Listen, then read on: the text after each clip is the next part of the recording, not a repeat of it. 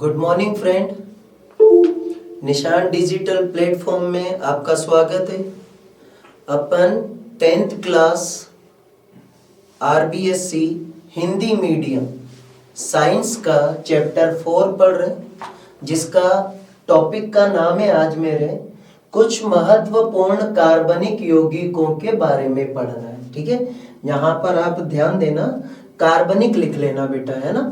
ठीक है, कुछ महत्वपूर्ण कार्बनिक यौगिकों के बारे में पढ़ रहे हैं। तो जिसमें से हमारे पहले यौगिक का नाम है एल्कोहल, जिसे हम नॉर्मल बोलचाल की भाषा में दारू बोलते हैं। ठीक है, तो इसका सूत्र क्या होता है? C2H5OH इसका फॉर्मूला होता है। यह कमरे के ताप पर, कमरे के ताप समझते हो ना, जैसे 20 से 25 डिग्री सेल्सियस, जिसमें हमारे को रहना बहुत अच्छा लगता है, उसे रूम टेम्परेचर बोलते हैं। तो रूम टेम्परेचर पर दारू यानी अल्कोहल कैसा होता है? द्रव के रूप में होता है। आपने देखा होगा दुकानों पर, मूवी में आपने देखा होगा। ठीक है, गलनांक, गलनांक इसका 156 केल्विन होता है। गलनांक क्या होता है? जब हम अल्कोहल को ठोस अवस्था में बदलकर वापस द्रव अवस्था में लाते हैं तो इसे गलनांक कहते हैं। लिख दूं मैं, गलनांक क्या होता है? दोबारा समझ लो, ठोस को किसमें, द्रव में बदलने वाला टेम्परेचर गलनांक कहलाता है। क्वथनांक क्या होता है बेटा? जब किसी द्रव को किसमें बदलते हैं, गैस में बदलते हैं, तो इस टेम्परेचर को क्वथनांक कहते हैं। ठीक है, शुद्ध अल्कोहल को परिशुद्ध अल्कोहल बोला जाता है, इसे स्प्रिट भी बोला जाता है। अल्कोहल का उपयोग घाव के ऊपर भी करते हैं। आपने कई बार मूवी में देखा होगा, जब किसी हीरो को गोली लग जाती है या कुछ चोट लग जाती है तो वो उसके ऊपर दारू डाल करके, अल्कोहल डाल करके पट्टी वट्टी कर लेता है। आपने देखा होगा। तो ये मूवी में बताते हैं, हालांकि ऐसा होता नहीं है, लेकिन शुद्ध अल्कोहल का उपयोग स्प्रिट में किया जाता है। ठीक है, आगे देखते हैं। अल्कोहल जल में घुलता है, ये सब चीज सबको पता है। अल्कोहल में दारू मिलाकर पिया जाता है, मूवी में आपने देखा होगा। ये अच्छा विलायक होता है। अल्कोहल में हम बहुत सारी चीजों को मिला सकते हैं, और ऐसी चीजें जिनमें मिलाया जा सकता है किसी पदार्थ को, उन्हें विलायक कहते हैं। तनु एथेनॉल से नशा चढ़ता है, और ये आपको पता है तनु कौन होते हैं? जिनमें पानी मिलाया जाता है वो तनु कहलाते हैं। तो अल्कोहल थोड़ा सा लेते हैं, फिर उसमें पानी मिलाता है हीरो, और फिर पी जाता है, और फिर उसके बाद वो नशे वाली हरकतें करता है। क्लियर है यहाँ तक? चलो देखते हैं, लेकिन इसकी इंटरेस्टिंग बातें और समझते हैं अपन, है ना। ठीक है, इंटरेस्टिंग बातें ये है सर कि जब हम सोडियम से अभिक्रिया कराते हैं, किसकी? एथेनॉल की। किसकी क्रिया कराते हैं बेटा? इसको बोलते हैं एथेनॉल। इसकी क्रिया सोडियम से कराए तो सोडियम क्या है? एक प्रकार का, बताओ, धातु है। और धातु जब किसी अम्ल से क्रिया करता है, किससे क्रिया करता है? अम्ल से क्रिया करता है, तो आपने एक रूल पढ़ा होगा, वो हाइड्रोजन गैस को मुक्त करता है। क्लियर? तो ये सोडियम यहां पर गया, और यहां से उसने किसको भगाया बेटा? हाइड्रोजन को। अब 2 सोडियम यहां जाएंगे तो 2 हाइड्रोजन बाहर जाएंगे, नहीं जाएंगे? 2 सोडियम को हम किस तरह लिखते हैं? सोचो, H2 के रूप में लिखते हैं। क्लियर यहां तक? ठीक है, आगे इंटरेस्टिंग बात देखो मैं क्या बताना चाह रहा हूं। CH3OH को बोलते हैं मेथेनॉल। क्या बोलते हैं बेटा? मेथेनॉल। ठीक है, मेथेनॉल की अगर हमने थोड़ी सी मात्रा पी ली गलती से, तो हम अंधे हो जाते हैं। क्या हो जाते हैं? अंधे। हमारी आंखों की रोशनी चली जाती है। लेकिन अगर हमने इसे ज्यादा मात्रा में पी लिया बेटा, कैसी मात्रा में? ज्यादा मात्रा में पी लिया, तो इससे मृत्यु भी हो सकती है। तो कई बार आपने सुना होगा कि किसी गांव में कच्ची शराब पीने से, ठीक है, बिहार में कच्ची शराब पीने से 15 व्यक्ति मर गए, यूपी में कच्ची शराब बनाने के बाद उसे पीने से 20 व्यक्ति मर गए। क्यों मर गए? कच्ची शराब क्या है? क्या उसे पका के पीते? कच्ची शराब का मतलब होता है उसके अंदर मेथेनॉल है, और वो मेथेनॉल जब एक लिमिट से ज्यादा हो जाती है तो मनुष्य की मृत्यु हो जाती है। यह है इंटरेस्टिंग बात। ठीक है, आगे पढ़ते हैं बेटा। अगला हमारा अल्कोहल की ही अभिक्रिया है निर्जलीकरण, एथेनॉल का निर्जलीकरण। अब निर्जलीकरण का मतलब क्या होता है? अगर समझो तो H2O को बाहर निकालना, H2O का बाहर निकलना ही निर्जलीकरण कहलाता है। ये आपके 12th क्लास में भी आएगी बेटा, ध्यान देना। 12th क्लास में आएगी और केमिस्ट्री में आएगी, क्योंकि जब हम 12th क्लास पढ़ाते हैं तो इस अभिक्रिया के बारे में राजस्थान बोर्ड में 12th में भी पूछा जाता है। ठीक है, एक और बात, यहां टेम्परेचर इंपॉर्टेंट है, जबकि 10th वाले स्टूडेंट को ये चीजें सिखाई नहीं जाती कि टेम्परेचर का क्या रोल है। इस अभिक्रिया में अगर आपने 443 केल्विन ताप रखा है तभी जाकर के एथीन बनेगा। ठीक है, तो अब निर्जलीकरण का मतलब क्या है? H2O का बाहर निकलना। तो हमने इस जगह से किसको बाहर निकाला? OH को, और इस जगह से हमने किसको बाहर निकाला? हाइड्रोजन को। तो इस कार्बन से हाइड्रोजन गया तो देखो ये क्या बन गया? CH2। यहां से OH निकला तो ये क्या बन गया? CH2। दोनों के बीच में डबल बॉन्ड आ गया। अब इसे हम क्या बोलेंगे? एथीन। क्लियर? क्या बोलेंगे? एथीन। तो अल्कोहल में से पानी निकल जाने के बाद क्या बनता है? क्वेश्चन आता है, तो क्या लिखोगे आप? एथीन बनता है। इस क्रिया को करने के लिए उत्प्रेरक हमने किसको लिया था? H2SO4 को। H2SO4 कैसा लेना है बेटा? सांद्र।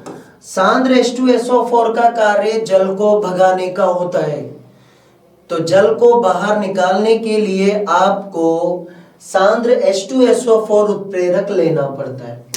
क्लियर यहां तक? आगे बढ़ते हैं। आगे हमारा आता है नया टॉपिक, एथेनोइक अम्ल या एसिटिक अम्ल। एथेनोइक अम्ल या एसिटिक अम्ल, ये एक प्रकार से कौन से ग्रुप में आता है सर?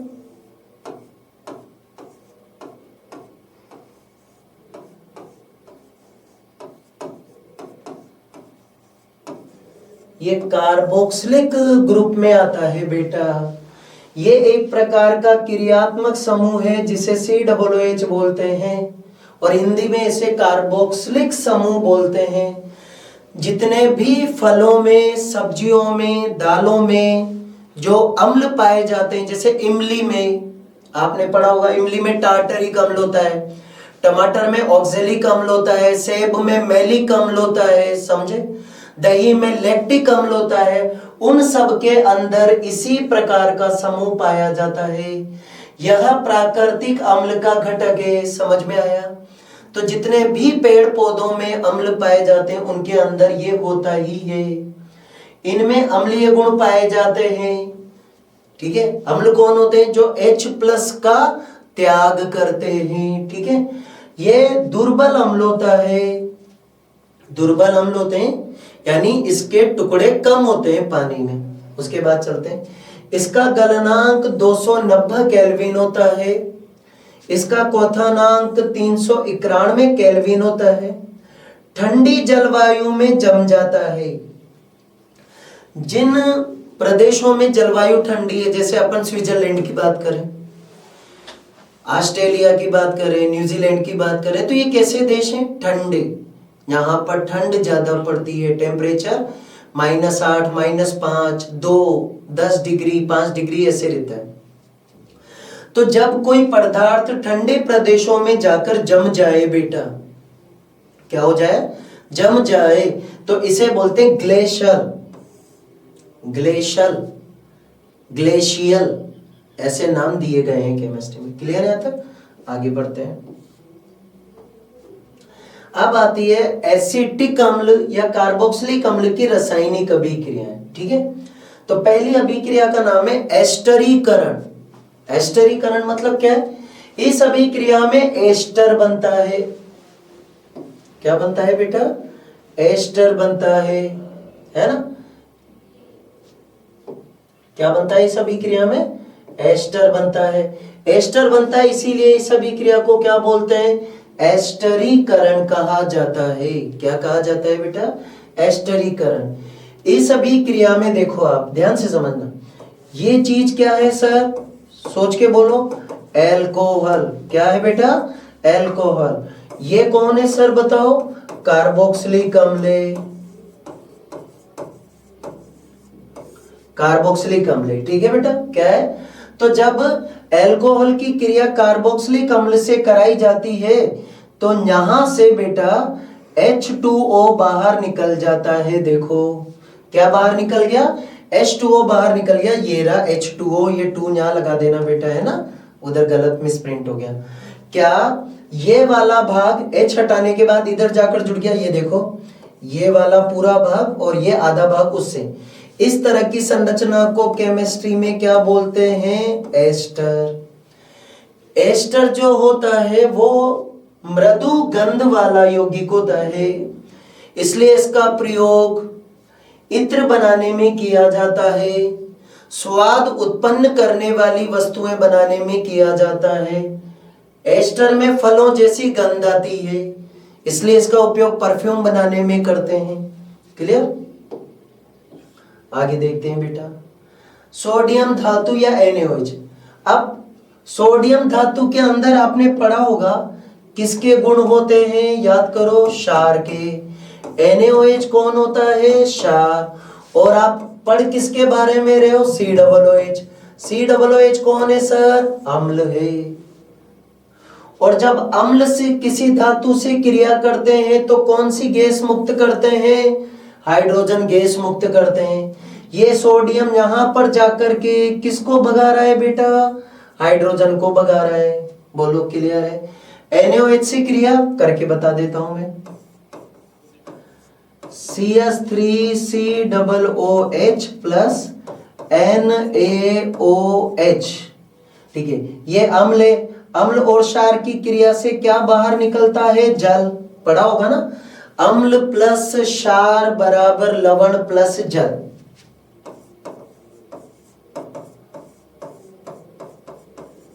ये लवण बन गया बेटा आपके,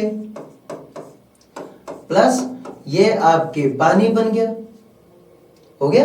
ये हो गई रिएक्शन आपकी।